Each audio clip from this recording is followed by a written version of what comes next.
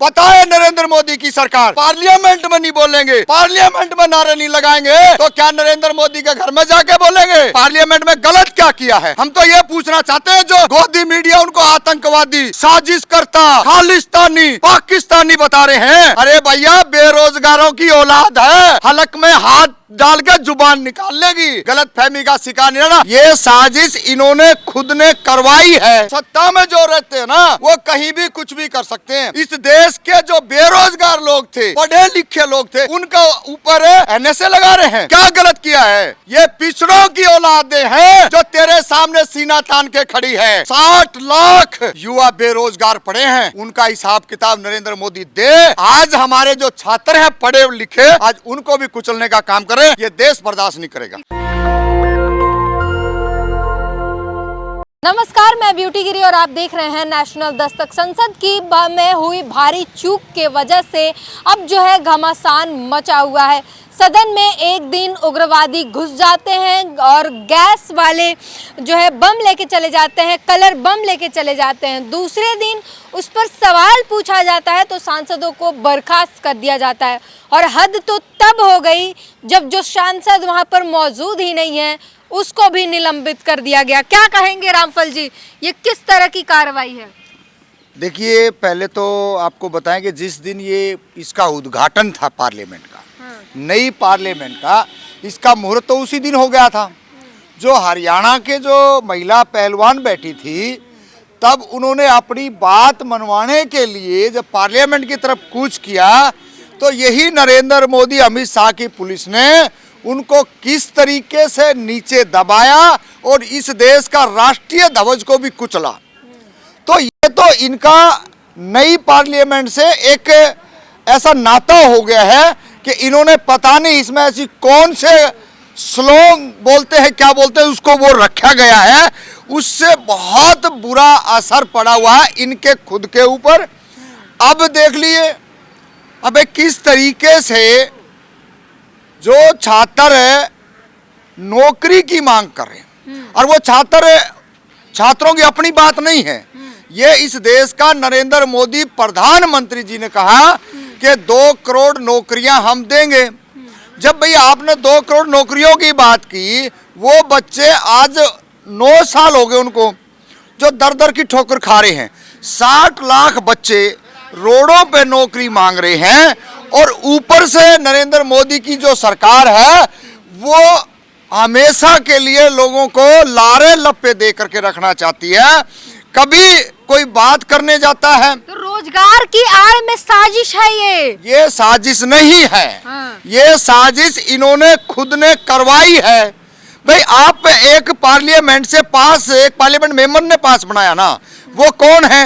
अगर मान लो वो कोई मुस्लिम कम्युनिटी से होता या वो विपक्षी दल से होता, तो ये आज हाहाकार पूरी देश और दुनिया में मचा देते। मतलब आपदा को अवसर बनाना आप लोग नहीं भूलते हैं। इधर संसद पे हमला हो गया, आप लोग इधर राजनीति कर रहे हैं हिंदू मुसलमान की। देखिए, हम कोई राजनीतिक नहीं कर रहे और ना कोई हमला। इस देश की गोदी मीडिया जो है वो इसको हमला बोल रही है।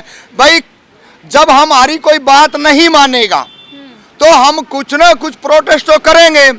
इस देश की सरकार से पूछना चाहते हैं, नरेंद्र मोदी से पूछना चाहते हैं, और इसका जो और इनके जो सलाहकार है उनसे पूछना चाहते हैं, क्या इस देश के अंदर 2014 से पहले ऐसे काम हुए? जो भी इस देश का व्यक्ति ने, जिसने अपनी बात कहनी थी, इस देश के जंतर मंतर पे आता था और पूरी मुखरता से 1 दिन लगे, 2 दिन लगे, 6 महीने लगे, साल लगे, 10 साल लगे, 15 साल लगे, अपनी बात को शालीनता से पूरे देश के सामने चौकीदार से लेके और प्रधानमंत्री तक, राष्ट्रपति तक वो मिलके जाते थे। और कभी ऐसी नौबत नहीं आई कि जो बेरोजगार छात्रों को, पढ़े लिखे छात्रों को जब बात कहने की जगह नहीं होगी तो वो कहाँ जाएंगे? भाई, जंतर मंतर पे आपने ताला लगा दिया है, जंतर मंतर पे आपने ताला लगा दिया, और उसके बाद में हम पार्लियामेंट में जाकर नहीं बोलेंगे, तो मैं पूछना चाहता हूं कहां बोलें? बताए नरेंद्र मोदी की सरकार और बताए इस देश के गोदी मीडिया कि भाई वो वहां पे बम लेके गए थे। अरे अपनी बात एनएसए लगा हुआ है, देशद्रोह का ये कुछ भी लगा सकते हैं। हरियाणा के अंदर ये पीछे कांग्रेस सरकार थी, भूपेंद्र हुड्डा मुख्यमंत्री था और हमने जब उसका पुतला फूका ना, इन्होंने 120 भी लगा दी। 120 भी राजद्रोह, मतलब सत्ता में जो रहते हैं ना वो कहीं भी कुछ भी कर सकते हैं। भाई क्या गलत किया है? जंतर मंतर का अपना लोक लगा दिया, तो हम बात करने कहाँ जाएंगे? 4 घंटे के बाद में, 2 घंटे के बाद में यहाँ परमिशन नहीं देते और कहते जी रामलीला मैदान चले जाओ। जो मजदूर है, किसान है, महिला है, छात्र है, क्या वो 2 लाख रुपए रामलीला मैदान के कैसे भर देगी? और 3-3 महीने जूते टूट जाते हैं उसकी परमिशन लेने के लिए, वहां अपनी बात रखने के लिए। तो ये तो पूरे का पूरा हमला ये इन छात्रों को जबरदस्ती इस सरकारों ने करवाया है। अगर ये हमारे को बोलने की जगह दे देते जंतर मंतर पर, हम क्यों पार्लियामेंट जाते? इन्होंने जबरदस्ती हमारे को पार्लियामेंट में भेजा है और हमने वहां जाके कुछ नहीं किया, कुछ भी नहीं किया पार्लियामेंट में। और जो निकम्मे लोग हैं जो आज ये बात कर रहे पार्लियामेंट में जाकर उन बच्चों ने गलत किया है, तो हम पूछना चाहते हैं भाई क्या लेके गए थे? तलवार लेके गए थे या उन्होंने कोई नू कहा था? ये ऐसे शब्द बोले थे क्या?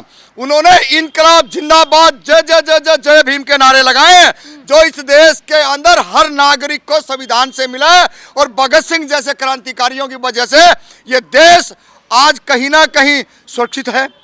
तो ये उनके ऊपर झूठे आरोप लगाना, वो बेटी नीलम जो थी, तमाम हरियाणा के लोग, तमाम इस देश के लोग जो हैं वो तैयार खड़े हैं, उसके समर्थन में खड़े हैं। और वो चाहे शाहीन बाग का आंदोलन हो, चाहे किसान आंदोलन हो, प्रोटोकॉल का ध्यान तो रखना होता है ना। सदन में एक पेन के अलावा और कुछ नहीं जाता, फोन तक नहीं ले जाना अलाउड होता है। वो कलर बम लेके गए थे। ये हमारी गलती है क्या? ये अमित शाह की पुलिस की गलती है।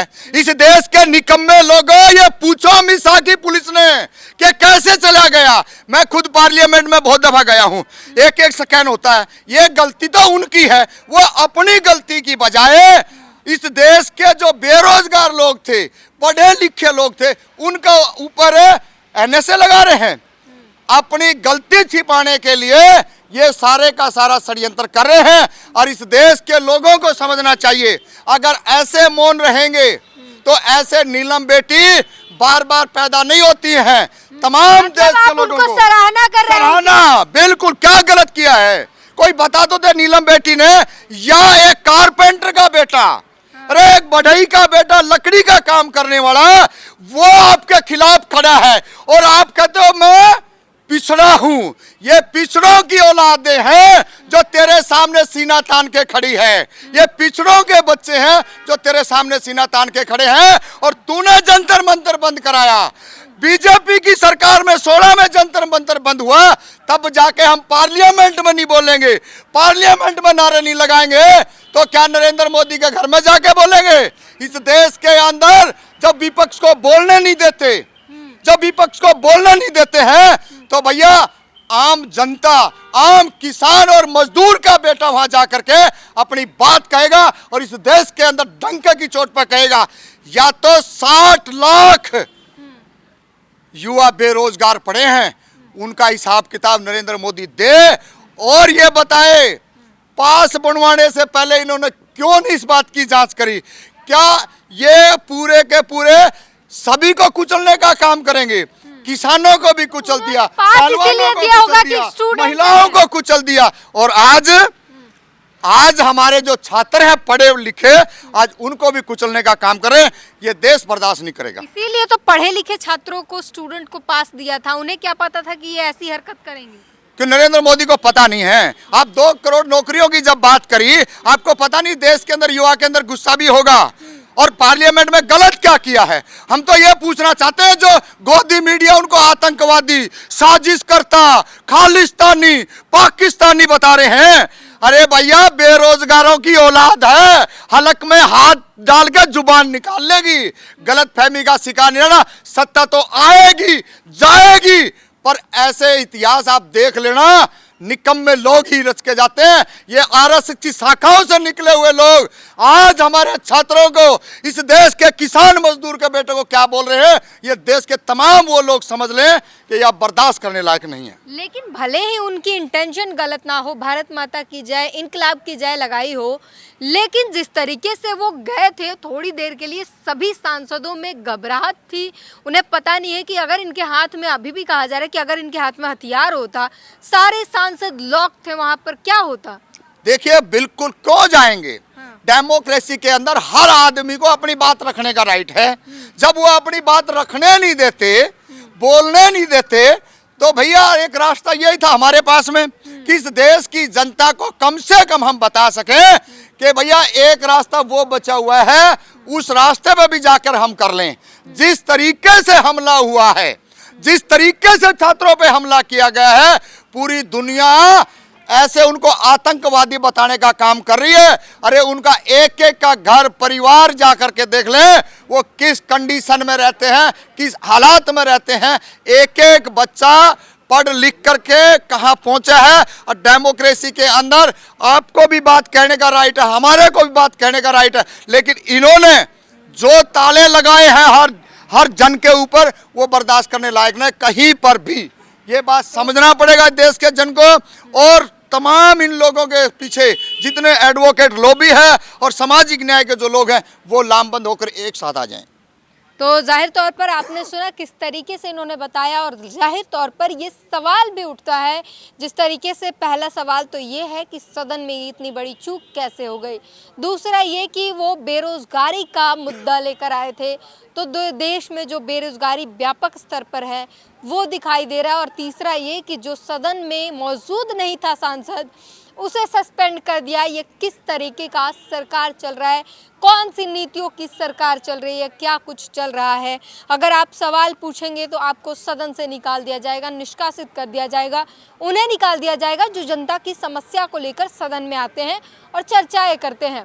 ये ऐसी तानाशाही सरकार कब तक रहेगी और क्या कुछ होता रहेगा, पूरी बातचीत पर अपनी प्रतिक्रिया जरूर दीजिए। कैमरामैन आशीष के साथ beauty green, national Dastak. National Dastak की आपसे गुजारिश है कि अगर इसको बचाना चाहते हैं तो नेशनल दस्तक को सब्सक्राइब करने के लिए रेड कलर के सब्सक्राइब बटन को दबाएं, फिर बेल आइकन की घंटी दबाएं। नेशनल दस्तक को बचाने के लिए बहुत जरूरी है कि हर खबर को शेयर करें, लाइक करें, कमेंट जरूर करें।